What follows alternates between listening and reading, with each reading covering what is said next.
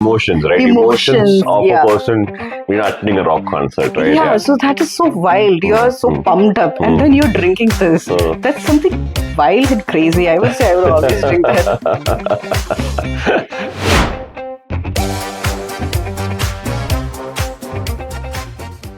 Hey there, welcome to another episode of Echofied brought to you by Unbound Slate, a podcast that takes your business from May to wow faster than a Starbucks can write your name on a cup of coffee.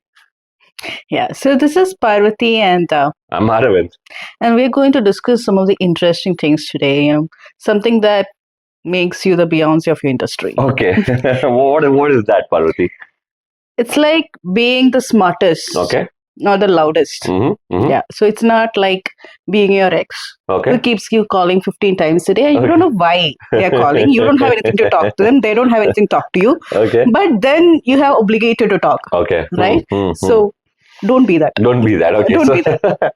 So I think what we're going to speak about is brand positioning. Yeah. And why it is so empirical that a business carries out the proper brand positioning, places themselves properly in the market, right? I believe what we're going to talk about today is brand positioning and why it is empirical for businesses to place themselves in the market. Like Parvati was saying, stand out from a crowd that is already super crowded. Yeah, so it's like Times Square on US Eve. Everyone is there shouting and making noise, but then very few catch the ball. Very few catch the ball, yes. It's exactly like that. So Okay. It's like going to a gym on Jan 1st. And so many people, you're not there, it's so loud and it's so crowded. You don't know what you're doing exactly. Someone will tell you to do something, then you will jump, then you will do that, then you will do this. But then it doesn't make any sense. And you won't even keep up to the end of the year. Right? So, but then it is not, again, I'm reiterating that it's not about being the loud, it's about being the smart. Smart, okay. Yeah. So what exactly is brand positioning, Brand positioning means how you're seen against your competition, how you differentiate yourself against your competition, and how your consumers are perceiving you in their mind. So that is brand positioning. It's all about perception. How different you are. It's not like changing the product or anything, but changing the story. It's like the Crocs. Okay. Crocs. I'm not a big fan of Crocs. You're not a big fan. But then when you look at the Crocs as a product, they didn't change the product. They didn't change the product, true. But then the story they're telling is very different. And they are so appealing now to the Gen Z, who is going to be the most highest income group in a couple of years. So they like Crocs. It's like chunky, it's versatile. You can do anything. You can wear anywhere. Isn't it? Which is why there is bridal Crocs now. Yeah. So that's why the story they're saying is be weird, but then in a good way. We like that quirky kind of a touch in them. With a lot of colors. With a lot of colors, with a lot of pins and things, and it's fun to wear. You don't have to look so sophisticated. So I would say sophistication was something the millennials would want to, and the quirky and weird thing, but weird in a good way. I mean, I think is the right word to use because this is Gen Z stuff. But then that's what they want, and I think it's good.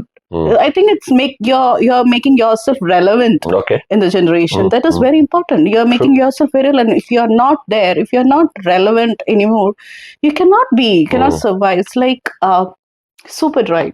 How many of you know Superdry as a brand? I mean, nowadays it could be very less. Very less, right? Yeah. It was like my father's brand or something. But then nobody knows because they're still there in that mindset. They're not changed into the market trends. But then even now, how old Nike is as a brand? Yeah. People still perceive it as a very young brand. The perception towards brand. So it's more of an athletic brand, right? It's more of a sports brand. Yes, it's more of but still people view it as a very youthful brand. Youthful brand. True. So young people, the potential market that you have out there is still willing to wear that product. So that is very important, right? I think it's more attributed towards how they, like we say, right? How they position themselves. They endorse a lot of athletes. They cover a lot of events. Yes. From all kinds of categories. Yeah. So that's what I always say. Red Bull they never sell energy drink, even though they are an energy brand. They sell adventure. They sell adventure, yes. And I haven't seen any sports event where they are not sponsoring. They're not sponsoring, true. They're there everywhere. True. And it is like, wow. I mean, what they do is like make you give that goosebumps. And exactly what they're looking for. Right. So that's the way they are positioning. Means Red Bull means adventure. Red Bull means adventure. And they're consistent. That's why we said you have to be consistent. You should be always there. Like a McD drive-through at 2 a.m. in the night, you're still there. You can rely on it. Got it, yes. Yeah. So you have to be always consistent and reliable as a brand and tell your story. Then you're there in the marketplace. So that you can differentiate yourself. That's nice. Okay. We're talking a lot about target markets, right? So how do you identify a brand's target market? So what do you do to identify a target market? Yeah. So first and foremost is I go back always on three things which I believe would make a good marketing strategy is to first to know what you're selling. Okay. Why, to whom. So the whom part comes, right? So when you know to whom are you selling your product? Why would they want to buy your product? True. Yeah. So what is in it for them? Okay, we are in a business to make money. That is understandable. But why should anyone buy our product? True. Yeah. So that's where identifying the right segment and then positioning comes. So that's what we call as an STP or STDP also. So that means segmenting, targeting, positioning, or segmenting, targeting, differentiating yourself, and then positioning. A lot of jargons being used. A lot of jargons. Okay, yeah. So, but then it means that you identify your segment, to which segment you are going to sell your product, and then from there, so it can be you can segment using various factors like demographics, psychographics, lifestyle, anything, average revenue per user. Any kind of what kind of industry we are in, then you can do any kind of segmentation you like. It's actually a mixed match of multiple things: geographical, psychographic, lifestyle, or cultural values, or whatever. And then you have a mixed match, a permutation, combination, and then you cluster yourself into different segments and bases. And then what you do is that you take one particular segment or base from that, and then you target it. Okay. That becomes your target base. So how do you differentiate in the target base? Okay, what is the story you're going to tell them? Tell them, yes. Okay, I think that's why most multinational brands have different types of products in different markets. Oh yeah. So this is like two types of brand positioning, right? One is your local positioning, and one is your global positioning. Right? And then you can have a combination of both. That is what we call as globalization. It's very much common nowadays. Many brand does globalization. That means you come with a very global strategy, and then you come into a local market, and then you understand the needs of the local market, and then with that a tiny tweak with local strategy, you have a like McDonald's has their McMaraj, McTikkie, and all those things. Tikka masala for the Indian market as such. Okay, got it. Yeah, so that's how you do. And then finally you have your positioning. That means what do you want your consumer to see you as a brand. So then you can have a positioning statement. I know I'm sounding very theoretical right now, but then that's how it is done. What do you want to be seen as? For example, if I say Volvo, what comes to your mind? Safety for sure. Yeah. Safety, right? For sure. You cannot. There's a topmost recall in your mind. Just Volvo means safety. So no other brand can replace it because they've been consistent with that over the years. Maybe Tata is now over there with their global rating, safety rating of 5. But then I would say still we fall back on Volvo because. So if you ask anyone, which is the brand that comes to your mind when you think about safety in the automobile industry, it's always going to be Volvo, right? Always, yeah. Yeah, even though Tata cars are safe, but it's always going to be Volvo. Always going to be Volvo because they are so consistent. That's why I say your communication has to be consistent. Every touch point where you are meeting your consumers or sending out your brand visibility, anything, you're consistently saying the same thing. Same thing, yes. Unlike your ex, you have to be very consistent in a good way. In a good way, okay. Yeah. Okay, so what are the first, maybe top 4 or 5 things when you consider doing brand positioning? What are the top 4 or 5 things? So the first, foremost is like, what are you trying to say and what is the competition saying? So we are so interested in what our competition is doing, isn't it? Because let's face it, it's a very tough, crowded market. True. So much of clutter. True. You have one thing, many people are selling the same thing. Same things, yeah. It's like competition between Burger King and McDonald's. Oh, yeah. Competition between Mercedes and Audi.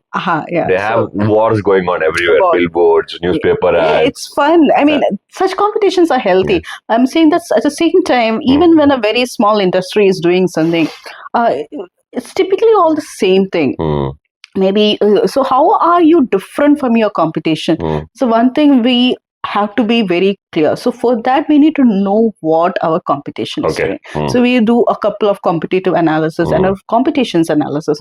So it's like knowing what are our strengths and what is their strength or their weakness. And then how can we create a differentiation strategy between both of us so that we are highlighting the good things of us and telling, giving an emphasis on that to the market. Okay. Yeah. So that's the first and the foremost thing you have to do. And then we need to understand the second, and I would always say, I wouldn't wait until this is the first step and this is the second step, but then knowing your consumer.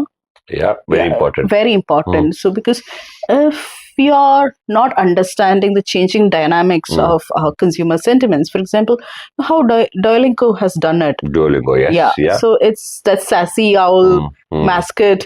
And people went crazy over it. They have a lot of subscriptions, people using it, and you will see it. TikToks based on that. Yeah. So it is appealing. That particular mascot is appealing for them. So be like that. But it's been useful for consumers all across the globe, right? Yes. One app which, has gamification in it, has, ability to teach you a new language. It's much more than just now, right?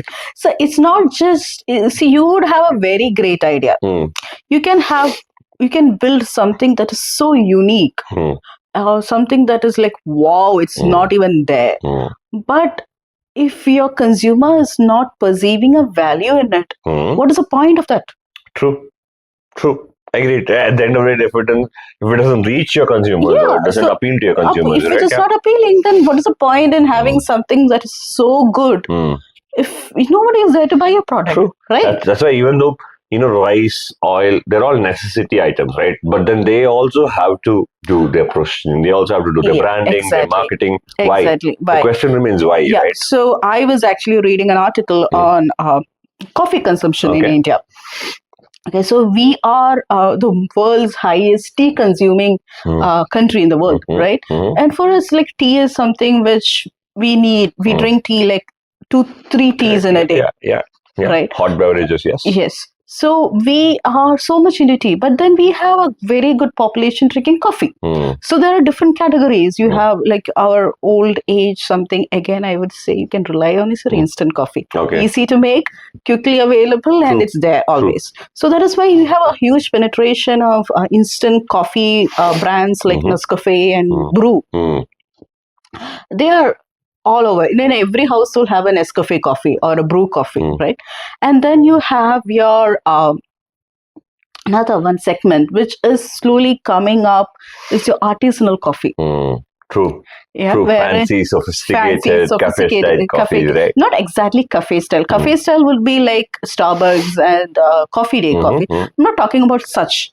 I'm talking about the artisanal coffee wherein you're like blue toki.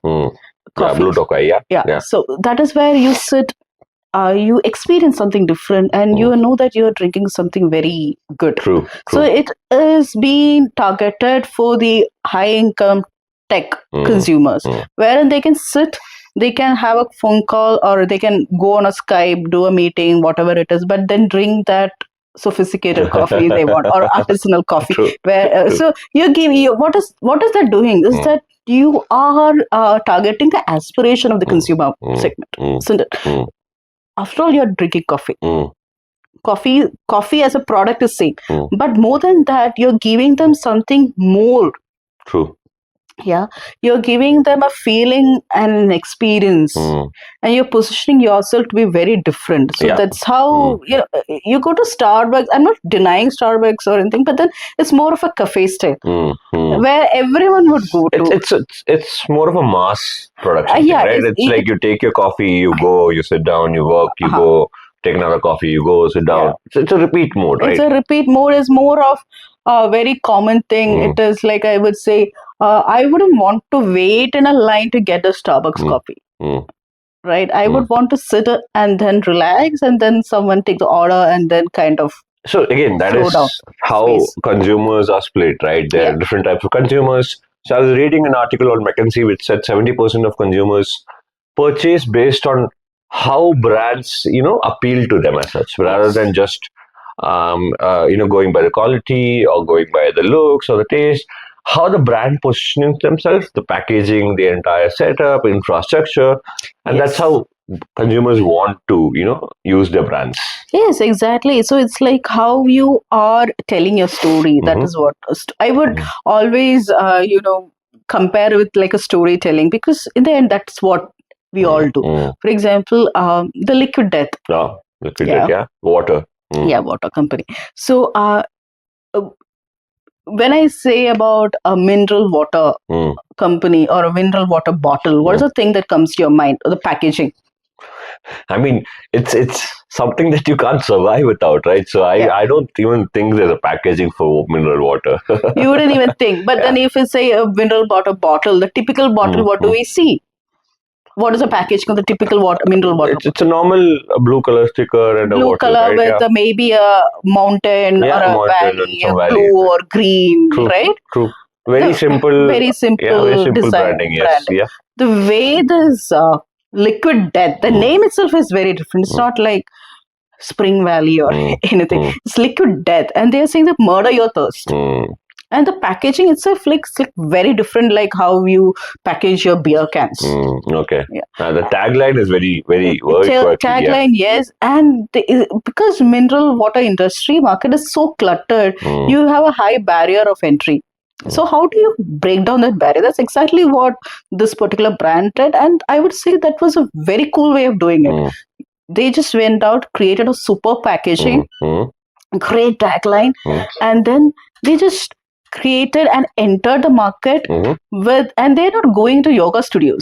They went straight to rock concert, and they had the artist drinking. So in a rock concert, you have your beers being kept, beer cans, and then they'll sip it. So there's a product, it's called product placement. And so when you do that, that particular product, the idea is that particular product gets sold first, and it happens. So instead of that, they kept the Liquid Death cans. So I'm sure many of you haven't seen Liquid Death. Go check it out, I guess. Then you'll get more of an understanding of what you're saying, right? It's the way they do marketing is crazy. I would say like it's like a Red Bull strategy, where then you're not actually selling your energy drink or water, but then you're giving out so much of you're targeting emotions, right? Emotions of a person attending a rock concert, right? Yeah, so that is so wild. You're so pumped up, and then you're drinking this. That's something wild and crazy. I would say I would always drink that. Okay, so there is this slogan, where it says, "Die trying, or you won't stand out." Per se, right?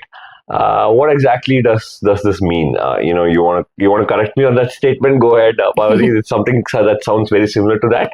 But what does that mean? It means like, see, the market is crowded again and again. Market is crowded or overcrowded? Overcrowded. It's like so many things, so many information, so many content. It's like in our phones, we receive 500 notifications, 600 notifications per day. So overcrowded. No, who have time? Who have the patience for that? Who have the attention? True. So the brain rot is a new word that's been added in the Oxford Dictionary. That means that we cannot even, because we have so many information, we cannot focus on things. True. So we are in such a marketplace, and then you are coming and saying, trying to sell your product. If you are not trying it enough, that means your brand is on life support. Yeah, it's going to die. It's on ventilator. It's on ventilator. Save it before it dies off. Understood. So on this topic, have you used shovels per se? Shovels? No. No, you haven't. Right? So what do you think a shovel is used for? Hiding a body. Apart from that, what legal things are there where a shovel is used? Digging the earth. Digging the earth. Yeah. Moving things around, planting trees. There's a brand called Snow Shovel for Deserts. They came out of this campaign. Dig your way into the oasis. Okay. And they position themselves as a shovel for deserts. Can you imagine where in a desert there's shovels? So, I mean, it all comes down to, trying different things, coming out of quirky marketing campaigns. The product is same, right? The product is there, product is same. Product is same, the story is. I won't say that you have to be so much differentiate and be the cool or the young or the colorful thing. But you have to have some kind of differentiator and a consistent story. For example, if I take dairy milk. Dairy milk, yeah. What do you associate dairy milk to? Happiness, maybe. Happiness. Yeah. Or if I say chocolate, then Again, which brand comes to your mind? Definitely Dairy Milk, yeah. Dairy milk, right? Dairy Milk is my first thought always. Yeah, even though it's a parent company has a lot of other brands. Then Dairy Milk is what we think of. Exactly. So because if you look at the message, Dairy Milk as a brand sending out over the years, same thing. If you look at years back, 18's campaign, I don't know whether you have seen it. I mean, you would have seen it. Yeah, are you calling me old here right now? So we don't have to disclose our age. Okay, yeah, sure. Continue, yeah. If you have seen it, I have seen it. I've seen it. Okay, yeah, please. So in the 80s, late 80s, it came out, and Kuch Khas Hai. Yeah. And then what they're saying is that you're happy in any happy moment, they're having a dairy milk, right? So, and again, after a couple of years, again, they had the same music, everything. It came out again, wherein a cricket match is going on the field, and the girl is sitting on the seats, and then it happens, and she's happy, and all of a sudden she's running towards the batsman, and then they're having a dairy milk. So happiness again, you're having dairy milk. Same message is same. Message is same. Yeah. I think last year or a year before, gender reverse. Gender reverse was it? Yes. So the girl was batting and the guy came up. Again, the message there is happiness. Dairy milk. Have a dairy milk. So message is consistent over the years. That's why I say consistency matters. And what you're saying is same thing. Happiness, dairy milk. Happiness, dairy milk. Yeah. True. Yeah. So even when we say chocolate, we think of dairy milk. Because chocolate for us is something we are happy you give chocolate, right? And the first thing that comes to our mind is dairy milk. Dairy milk, true. Because they're doing it over the years. I think this is a very, very good example that you have thrown out, Parvati. I was always wondering how one brand that has a lot of different types of chocolates, right? Like you said, dairy milk is happiness. What does Gems relate to you? Gems, I would say, fun and colorful. Fun and colorful, right? Yeah, their ads are in that way. They present themselves in that way. So how does one major conglomerate or an organization with so many different brands segregate themselves into going into different pathways, right? So your Kit Kat has a different way, Dairy Milk has a different way, 5 Stars has a different way, Gems has a different way. All these have different brand positioning, right? Yes. Even though they're under one big umbrella. Big umbrella. Yes. So how do you think that they got into doing it or managed doing it? So when you have different product portfolios within one brand or different product lines, multiple lines, you need to do different strategy. For example, if you look at any dairy milk ad, what you see is something that happens in real life. It's called slice of the life ads. Such ads. That means that very common people, they're not using celebrities as they're such. Not. They're looking ordinary people in ordinary. So whatever we see in our real life, they are showing it. It's called slice of the life. And it's very, we have so much emotions associated, good emotions, right? I think the entire brand of Cadbury, like you said, is under the life of a slice of life, right? Yeah. Not entire. For example, if you look at Gems or 5 Star, if you look at their ads, okay, it is more of fantasy. Fantasy is like you take the Gems thing and the entire thing falls off. From the art caricature. Yes. You're making that. Or you forget stuff when you have 5-star. 5-star. So that's kind of a fantasy ad. So the way they're placing the ads are different. Okay. Yeah. So that's because the target market is slightly off. Otherwise, what happens is that you will cannibalize your own brand. That means your one product is eating up your other product's market share. True. So you shouldn't cannibalize your brand. So that's how you create small differentiators within yourself and, create a space for you. Even if it is within you are the umbrella group. Umbrella group, yes. Okay. Understood. Makes sense. Okay, so I think Parvati, our viewers have a lot of thoughts to think about. We've given a lot of examples. Do check it out online. Feel free to reach out to us if you have questions or comments. We would like to have a new segment called Bland or Brand. Okay. Which might keep them on their toes. So I'm going to throw out a couple of scenarios and you tell me what you think about that and maybe your reasoning behind it, right? Even if there's no reasoning, it's completely fine. Okay. So yes, the first question, right? So there's Kylie Jenner's swimsuit, which is $150 worth of swimsuit. Yeah. It does not get wet, it's transparent and has a lot of other cool features. Do you think that's a brand or a bland? Bland. I would say bland. Unless, she's pivoting it to a segment where no need to wear clothes. Segment. Okay. So next question, right? Crocs, like we just spoke about in the episode, Crocs with heels. Is that a brand or a bland? Definitely a brand because that's very cool way of targeting the Gen Z and I love it, even though I'm not a Gen Z, but yeah, it's very cool way of doing it. Okay. Yeah. Burger King's, so the next question, Burger King's moldy ads, right? Where they say that they're not using, any preservatives, any conservators. What do you think about that? Brand, because there's nothing that speaks what you're standing for. That means you're showing the actual, this is what happens because we are using genuine ingredients. Cool way of doing it. Okay, cool way of doing it. Okay, got it. So next question, Parvati. Airbnb listing someone's tent in someone's backyard for maybe $100 a night. Do you think it's like creating new experiences? What do you have a thought of that? Brand or bland? Brand.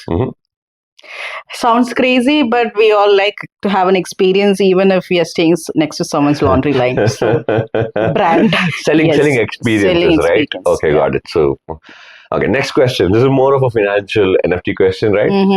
So Charmin are releasing an NFT of toilet paper. I think that's a brand or bland? Bland.